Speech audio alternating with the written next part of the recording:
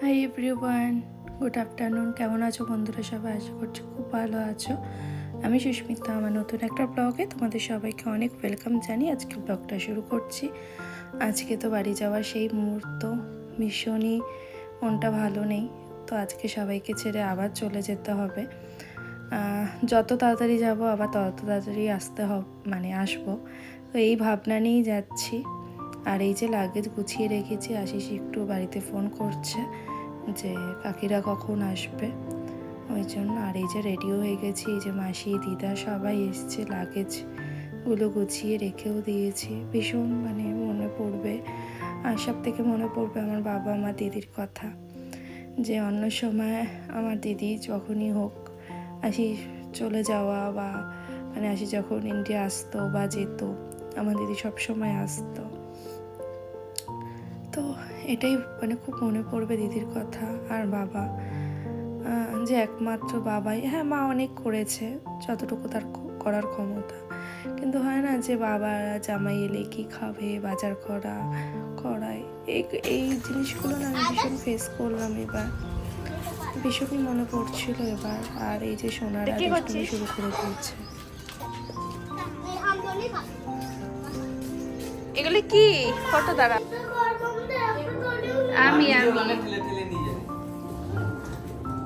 আমি বললাম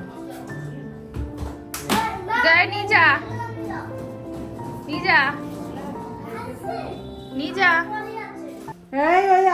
আমরা তো দেখতে বেরিয়ে পড়েছি। আর এই তো গাড়ি চলে এসছে। এইগুলি হচ্ছে আশিসের বন্ধুর গাড়ি, একটা হচ্ছে গৌরবদার গাড়ি আর একটা সুশান্তদার গাড়ি। আমাদের প্রত্যেকবারই আমাদের ছেড়ে দিয়ে আসে।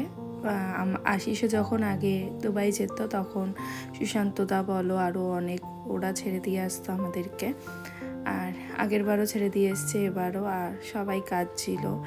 এবার লাস্ট মুহূর্তে আমারও চোখে জল চলে এসছে, আমার মা তো অনেক আগে থেকেই কাজ ছিল। তো যাই হোক, এবার তো চলে যাব, আবার কবে আসবো জানি না। তো ওই তো দিদাও এসছে, সোনার জন্য খুব মনে পড়বে, সোনাকে তো ভীষণই মিস করব। আর এই বেশি কথাও বলতে পারছি না। আমাদের ছেড়ে দেওয়ার পর, আমরা চলে যাওয়ার পর এই যে সবাই চলে যাচ্ছে বাড়িতে। তো এটা দিদি ভিডিও করে রেখেছিল, এই যে গবলুকেও মিস করব। এই ভিডিওটা দিতে অনেকটাই আমার লেট হয়ে গেল, কারণ এসে একটু ব্যস্ত ছিলাম এদিক ওদিক। এই যে বেরিয়ে গেলাম, আর এটা দক্ষিণেশ্বর। আর ওই দেখো তার উপর দিয়ে মেট্রো। এখান থেকে যেতে বেশিক্ষণ লাগবে না, আমাদের বাড়ি থেকে এয়ারপোর্ট একদমই সামনে, প্রায় 15 মিনিটের মতন কাছাকাছি লাগবে। তো ভিডিও করার তো ইচ্ছাই ছিল না, তাও ভাবলাম কিছু কিছু স্মৃতি যে এখন যখন দেখবো আমি, তখন মনটা ভালো হবে যে আমার শহর, আমার দেশ, আমার সব কিছু। তো এই চলেও এলাম এয়ারপোর্টে, ওরা আমাদের ছেড়ে চলে গেল। আর আমরা এখন ঢুকে যাব।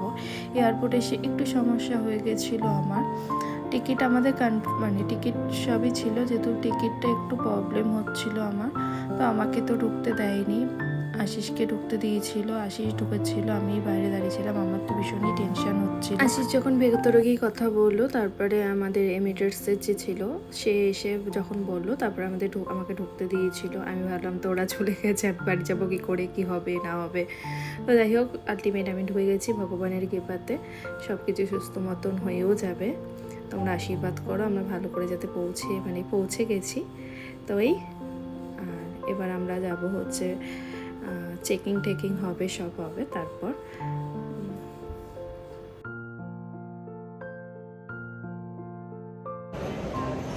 ইমিগ্রেশনও হয়ে গেছে, সব কিছু হয়ে গেছে। এখন দাঁড়িয়ে বসে আছি, 8:20-তে ফ্লাইট। ভীষণই মনটা খারাপ, চলে যাচ্ছি আবার, এখনও ঠিক নেই কবে আসবো। চলো, এখন কটা বাজে 6:30, 6টা বাজে। এখনও 2 ঘন্টা 2.5 ঘন্টা বসতে হবে। অনেক তাড়াতাড়ি হয়ে গেছে সব কিছু, অনেক ফাস্ট হয়ে গেছে। তো যেতে যেতে কথা বলছি, বাই। একটু বাদে উঠবো, বসে আছি বসে নেই, দাঁড়িয়ে আছি।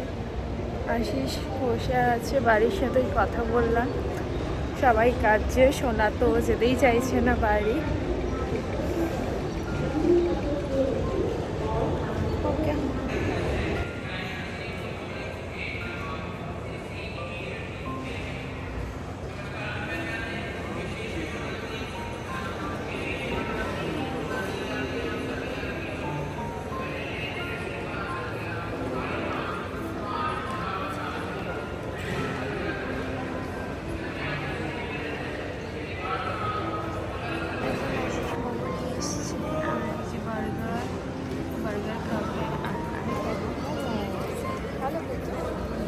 খেয়ে দেখে নিয়ে আসলাম। কিছু খাওয়ার ওখান থেকেই আনার সময় নিয়ে আসতে পারতে।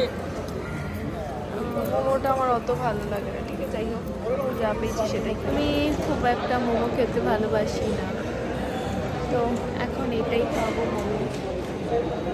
খেয়ে নিই, তারপরে কথা বলছি, ভালো লাগছে না কারণ খেতে খেতে দিতে সময় লাগবে। মোমো 10টার মধ্যে দিয়ে দেবে মোটামুটি। কলকাতা থেকে ভালো খাবার দেয়, আসার সময় না দুবাই থেকে খাবারটা ঠিকঠাক ভালো লাগেনি, খেতেই পারি। কলকাতার খাবারটা আবার ভালো দেয়, বিরিয়ানি টিরিয়ানি দেয়, ভালো লাগে।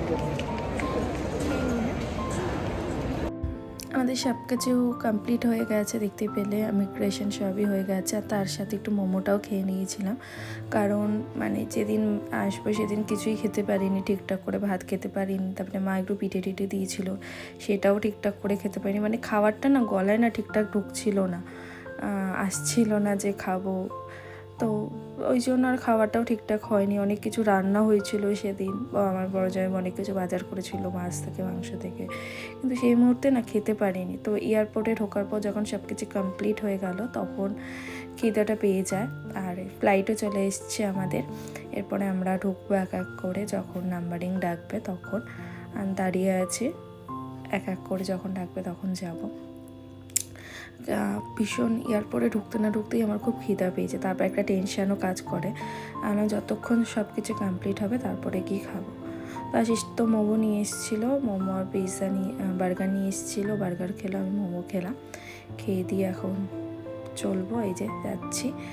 আর ঢুকতে ঢুকতে তোমাদের সাথে কথা বলবো। তাও একরকম যে হ্যাঁ কলকাতা এয়ারপোর্টে ছিলাম, এতক্ষণ নিজের একটা দেশে ছিলাম। যত মানে যাচ্ছে সময়টুকু না, তত বুক মানে ধর একটা অন্যরকম ফিল হচ্ছে। এই ঢুকে যাচ্ছি, একটা অন্যরকম মানে ভীষণই একটা কেমন হচ্ছে। এই জন্য ভিডিওটা না আমি আপলোড আগে করিনি, এই কারণ যা কদিন তারপরে আপলোড করবো এই ভেবে রেখেছি ভিডিওটা। মাঝে মাঝে দেখতাম ভিডিওটা, কারণ 2 মাস ভীষণই কষ্টে যা। আমার থেকে বেশি আরও আশিসের খারাপ লাগছে, কারণ আমি তো একরকম ঘরে ছিলাম, আর আশিস তো বন্ধু বান্ধব এদিক ওদিক সেদিকেই করে বেরিয়েছে। ওর আমার থেকেও বেশি খারাপ লাগছে। আমার তো খারাপ লাগছেই, কারণ ফ্যামিলিকে ছেড়ে আসা, সব কিছু মায়ের জন্য, দিদির জন্য, ভাইয়ের জন্য, সবার জন্য ভীষণই খারাপ লাগছে। তার সাথে সাথে আর ভীষণভাবে না এই মুহূর্তগুলো না বাবাকে, দিদিকে ভীষণ মিস করছি। যে বাবা মানে আমরা আগে ভাবতাম ইস বাবা কি, বাবা এই, বাবা ওই। এখন আজকে বাবা নেই, তো বাবার কথা ভীষণ মনে পড়ছে। মানে বাবার কথা ভাবলেই কান্না পায়, ওই জন্য বেশি কথা বাবার বলি না, কারণ মন খারাপ হয়। কারণ আমি যখন অফিসে যেতাম বা আসতাম, বাবা না বলতো মাকে কখন আসবে, কটা বাজে, ফোন করো। আজকে দেখো কত দূরে চলে আসছি, এখন আর কেউ বলবে না যে ফোন করো। খাচ্ছি, ঠিক আছে। আর এই যে ছেড়ে চলে যাচ্ছি, আবার ভালো করে নিজের শহরটাকে দেখে নিই।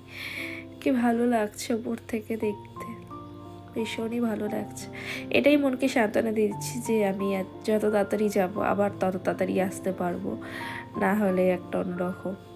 এই ওপর থেকে কি ভালো লাগছে দেখো, ভালো করে দেখে নিচ্ছি। আমার বাড়িটা মনে হচ্ছে ওইখানে বেশি দূর না আমার বাড়ি, এয়ারপোর্ট থেকে ডানলাম একদম সামনেই। ভালো করে দেখে নিই, আবার কবে দেখা হবে জানি না। বসতে বসতে আমাদের 1 ঘন্টার মধ্যে খাবারও দিয়ে দিয়েছিল। তার সাথে ছিল আজকে রাইস ছিল একটা, আগের বারও চিংড়ি মাছ দিয়ে একটা রেসিপি ছিল, বিরিয়ানি ছিল। এবার হচ্ছে চিংড়ি মাছ একটা তো কারি ছিল, তার সাথে স্যালাড ছিল, গোলাপ জামুন ছিল, পাউরুটি ছিল, ব্রেড ছিল, বাটার ছিল, কাজুর একটা এসেছিল, তার সাথে অনেক কিছু, আচার ছিল। আচারটা তো ভীষণ ভালো টেস্টি খেতে ছিল। তো এই খাবারগুলো না তখন আর আসছিল না, যখন ফ্লাইটটা ছেড়ে দিল, যখন যাচ্ছি। তো কিছু খাবার মানে ভালো আর তার সাথে কোল্ড ড্রিঙ্কসও ছিল, এই যে রাইস আর কারি, বেশ ভালো ছিল খাবারটা।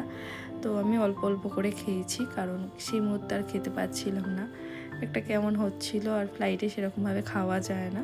আর তার সাথে এই যে স্যালাডটাও ভীষণ ভালো ছিল, আলু ঠালু আর সেদিকে একটা এসেছিল, স্যালাড ছিল। আর গোলাপ জামুন এতক্ষণ তাও একরকম যে হ্যাঁ ছাড়ছে যাবো একরকম, আর যখন এই ছেড়ে দিল না তখন এই মুহূর্তটা অন্যরকম, যে ছেড়ে যায় বাড়ি সেই বোঝে এই ফিলিংসটা, অন্য কেউ বোঝে না। আশিস একটু করে দিয়েছিল, তার সাথে সাথে আবার চাও দিয়েছিল। তো আমি চা খাবো আর আশিস এসে নিয়েছে কফি নিয়েছে। আর আমি না মানে চায়ে মানে এখানে চাটা না ঠিক আমার ভালো লাগে না, কিন্তু খাই একটু এনার্জি, ঘুমটা যাতে না আসে। আর তার সাথে না ওয়েদারটা একদম ভালো ছিল না আমরা যখন আসছিলাম, ফ্লাইটটা এরকম করছিল হাওয়ার জন্য। তো ভীষণ একটা টেনশন হচ্ছিল। আমি বারবার আশিসকে জিজ্ঞাসা করছিলাম কিছু প্রবলেম হয়েছে, কিছু হয়েছে। তো আশিস বললো না, যেহেতু আমি যদি ভয় পাই। তো অনেক সময় গুজরাট থেকে আসে ফ্লাইট, রাস্তা কিন্তু সেদিনকে চেঞ্জ করেছিল যেহেতু ফ্লাইট একটু প্রবলেম করছিল। আর এই যে কতগুলো দুধ দিয়ে দিলাম। আমরা অলমোস্ট চলে এসেছি। আর দুবাই এয়ারপোর্টে যখন দুবাই মানে নামার সময়ও না ফ্লাইটটা অনেকক্ষণ 1 ঘন্টার মতন ঘুরে গেছে। নামতেও একটু প্রবলেম হচ্ছিল, অনেকটা লেট ছিল আমাদের ফ্লাইট, প্রায় 1-1.5 ঘন্টা। আমাদের বাড়ি আস্তে আস্তে দেখতেই পারবে পরে অনেক রাত হয়ে গেছিলো, কারণ অনেকক্ষণ ধরে 1 ঘন্টা ধরে ফ্লাইটটা ওপরে শুধু ঘুরে যাচ্ছিল। কারণ দুবাইয়ের ওয়েদারও ঠিকঠাক ভালো ছিল না, এখানের বৃষ্টির ওয়েদার ছিল। আর জানো যে বৃষ্টির ওয়েদার থাকলে একটু প্রবলেম হয়। এই যে আমরা বেরিয়ে যাব এবার, কারণ নেমে গেছি। তো আশিস যাচ্ছে। আশিস তো মানে আশিসের মনটা ভীষণই খারাপ, মানে বাড়ি থেকে না ও খায়নি, মানে ও যেদিন আসে সেদিন ও কিছুই খায় না, ওর মনটা এতটা খারাপ থাকে। আর এরপরে তো মেট্রো করে যাব, মেট্রো চলে এসছে। আমরা এই দাঁড়িয়ে রয়েছি সবাই, এরপর মেট্রো করে যাব। আর এই মেট্রো করে গিয়ে তারপরে বেরিয়ে তোমাদের সাথে কথা বলছি। আর এবার ঢুকে যাব সবাই। কেন যেদিন গেলাম কতটা ভালো, আর দেখো আজকে যখন আসছি না, দুবাই এয়ারপোর্ট তো ভীষণই ভালো। এবার লাগেজের জন্য অনেকক্ষণ দাঁড়াতে হবে, কারণ কি আমরা অনেকক্ষণ আগে যাই। আর এই লাগেজের জন্যই প্রায় 1-1.5 ঘন্টা দাঁড়িয়ে থাকতে হয়, কারণ কি লাগেজই একটা আসে তো আর একটা আসে না, এই সমস্যা হতে থাকে। ভীষণ স্মুথলি বেরিয়ে গেলাম। আর দুবাই এয়ারপোর্ট যেহেতু বড়, আসতে অনেকটা সময় লাগে বেরাতে। আমাদের কলকাতা এয়ারপোর্ট কি বেরোতে বেশিক্ষণ লাগে না, 10 মিনিট লাগে। আর এখানে প্রায় 1/2 ঘন্টা 1.5 ঘন্টার কাছাকাছি লাগে বেরাতে। আর আশিস দাঁড়িয়ে রয়েছে, কারণ আমাদের 2-3টে লাগেজ আসবে। ফ্লাইটটা প্রায় 1.5 ঘন্টার মতো লেট ছিল, এই জন্য বেরোতে অনেকটা রাত হয়ে গেল। আর পার্কিংয়ে ওরা প্রায় 3 ঘন্টার কাছাকাছি দাঁড়িয়েছিল। ভেবেছিল বেশিক্ষণ দাঁড়াতে হবে না, কারণ ল্যান্ড করতে একটু সময় লেগে গেল, কারণ ওয়েদারটা খুব একটা ভালো ছিল না। দুবাইতেও ওয়েদার একটু মানে ছিল মেঘলা মেঘলা ওয়েদার, ওই জন্য ল্যান্ড করার সময় একটু প্রবলেম হচ্ছিল আমাদের। তো যাই হোক, ভগবানের কৃপাতে তোমাদের আশীর্বাদে ল্যান্ড করেছি ভালোভাবেই। এখন এখন এখান থেকে আমাদের বাড়ি যেতে প্রায় 1 ঘন্টা সময় লাগবে। তো আর মাঝখানে আমরা কিছু একটা রাস্তায় খেয়ে নেব। খুব ভারী একটা খাবো না, কারণ ভারী খেলেই গ্যাস অম্বল হবে। আর গিয়ে যেহেতু শুয়ে পড়বো, ওই জন্য যাই হোক একটু চা কফি কিছু একটা খাবো, খেয়ে এবার বেরিয়ে যাব। চলো বেরিয়ে পড়ি, বাড়ি গিয়ে কথা বলছি। বাড়ি চলে এসেছি, এখন বেডশিটটা চেঞ্জ করব। গলাটা একটু প্রবলেম করছে, চালিয়ে দিয়েছি, ঘরে একটু স্মেল হয়ে গেছে, এমনি নোংরা হয়নি, তাদের তো পেতে নিই। তারপরে এই দেখো বিছানার অবস্থা, ও বাজে অবস্থা। এগুলো এখন চেঞ্জ করব, তারপরে সব করে ফেলে তারপরে আর কথা হচ্ছে। এখন বাজে প্রায় 3:30 বাজে, এখানে বাড়ি এলাম 4:30, 5টায় বেরিয়ে 3:30। চলো আবার দেখাবে নেক্সট